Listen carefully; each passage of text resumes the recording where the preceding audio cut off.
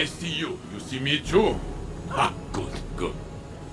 Then it is all working. You, me, this projector. Even if we sometimes falter. There is a war building in Sloane's eyes. One that Xivu Arath will exploit, as she did with Osiris. Savathun wore his face, but it was Xivu Arath who took his light. Her whips drove him into a frenzy, lured him into danger, forced Sagira's sacrifice, and left him to die. Now she twists my thoughts into thorns, draws out the faces of the suffering Elixni into my dreams. She whispers that I took pleasure in their pain. I see their eyes as they died by my hands, and they see me. She does not lie. She challenges what you hold as a strength. Osiris' ambition, my protection, Sloane's duty. I have felt how the right word, the right faith, can incite one to violence. But I have changed. What she has taken, it will not break me. Sloane is no warrior of glass, but the war within her. Even stone crumbles under enough strife. Stay with her, Guardian, as I should have with Osiris. We must offer her what support we are able, even if she does not want it.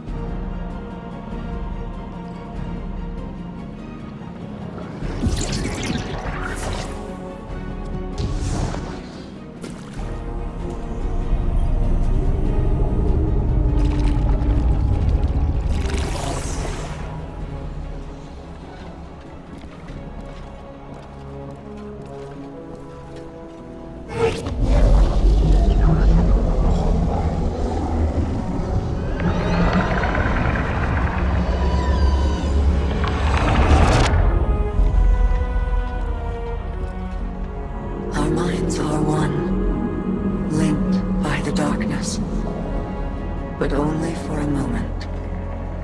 I must borrow Sloane's voice to speak my words.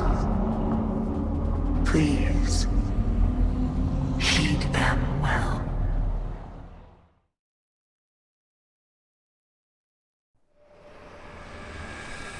Before you can confront the witness, you must understand it. The witness's first victims were once like you, struggling for survival, bolstered by hope, until their hopes became reality. They called it the Gardener, their deity of life. It ushered them into a golden age. For eons they prospered, but their newfound god never spoke to them. It lavished them with gifts, but not with guidance. And though they lived in paradise, they came to crave a greater purpose. They desired meaning, structure, a winnower, to shape the garden. Their scholars discovered that the Gardener shared a connection with another entity among the stars. They called it the Veil, and when they found it, they arrived to claim it. They already knew much about the light, how it could bend the laws of the universe and create life. But they came to realize that it could bring ruin just as easily. The cosmic events it set in motion could wipe out entire civilizations in a heartbeat, without reason. And so they saw the light, not as a source of prosperity, but of unfettered chaos. By studying the Veil, they came to know the darkness. A power that was shaped by thought and consciousness. And in the darkness, they found the means to carve away the chaos of existence, to calcify it into a final shape. Eternal and perfected. They brought the Veil back to the Gardener in an attempt to strengthen their connection. There, they could reshape reality itself. The Gardener would not allow it, and so it fled their world. But they would not be deterred. Having witnessed the truth in the darkness, they used its binding power to merge themselves into the salvation they craved. Thus began the Witness's pursuit, its campaign to impose meaning on a meaningless universe, one that is nearly at its end.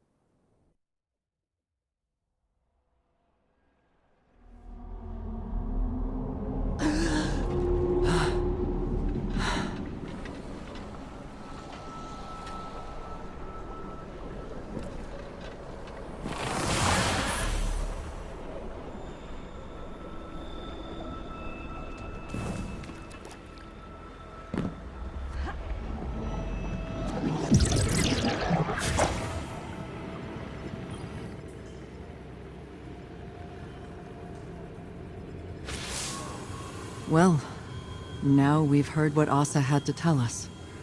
We know our enemy better than ever. To think that it all started with the need for purpose. How that need became an obsession. What bothers me most is how much I understand it. This mission, it's my purpose, my reason for being, my guiding light. Without it, I'm lost. I don't know who I am or what I'm supposed to do.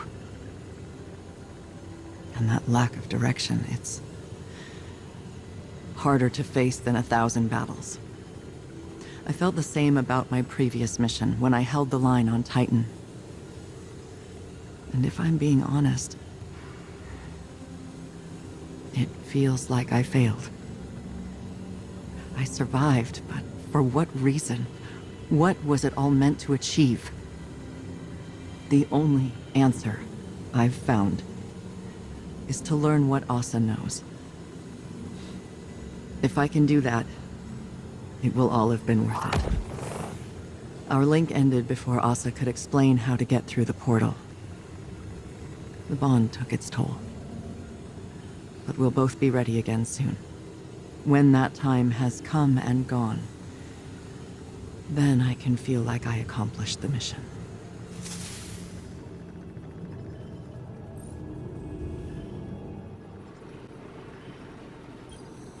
You never did tell me why you trust the Nine so much.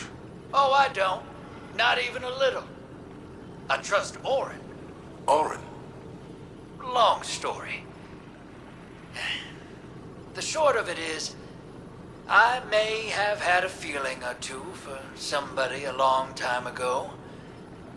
Somebody that lost themselves along the way. But there's a little piece of her still out there. A sliver. Who still has a feeling or two for the somebody I could be. So I trust her. Because she ain't never steered me wrong. No matter how rotten I was. Because at the end of the day, maybe we gotta put our faith in something other than ourselves. Even if we're too stubborn to admit it. I didn't expect you to put a lot of stock in faith. And I didn't expect you to lose yours and keep moving. Guess we're all full of surprises, ain't we? I'm giving you the benefit of the doubt that you're being genuine. Oh, I'm always genuine. People just ain't always paying attention. For real, though, Moondust might have given me a push. Thought it'd help. Sounds like familiar advice. Is it though? Helping? No joke? I think so. Then we have that in common too.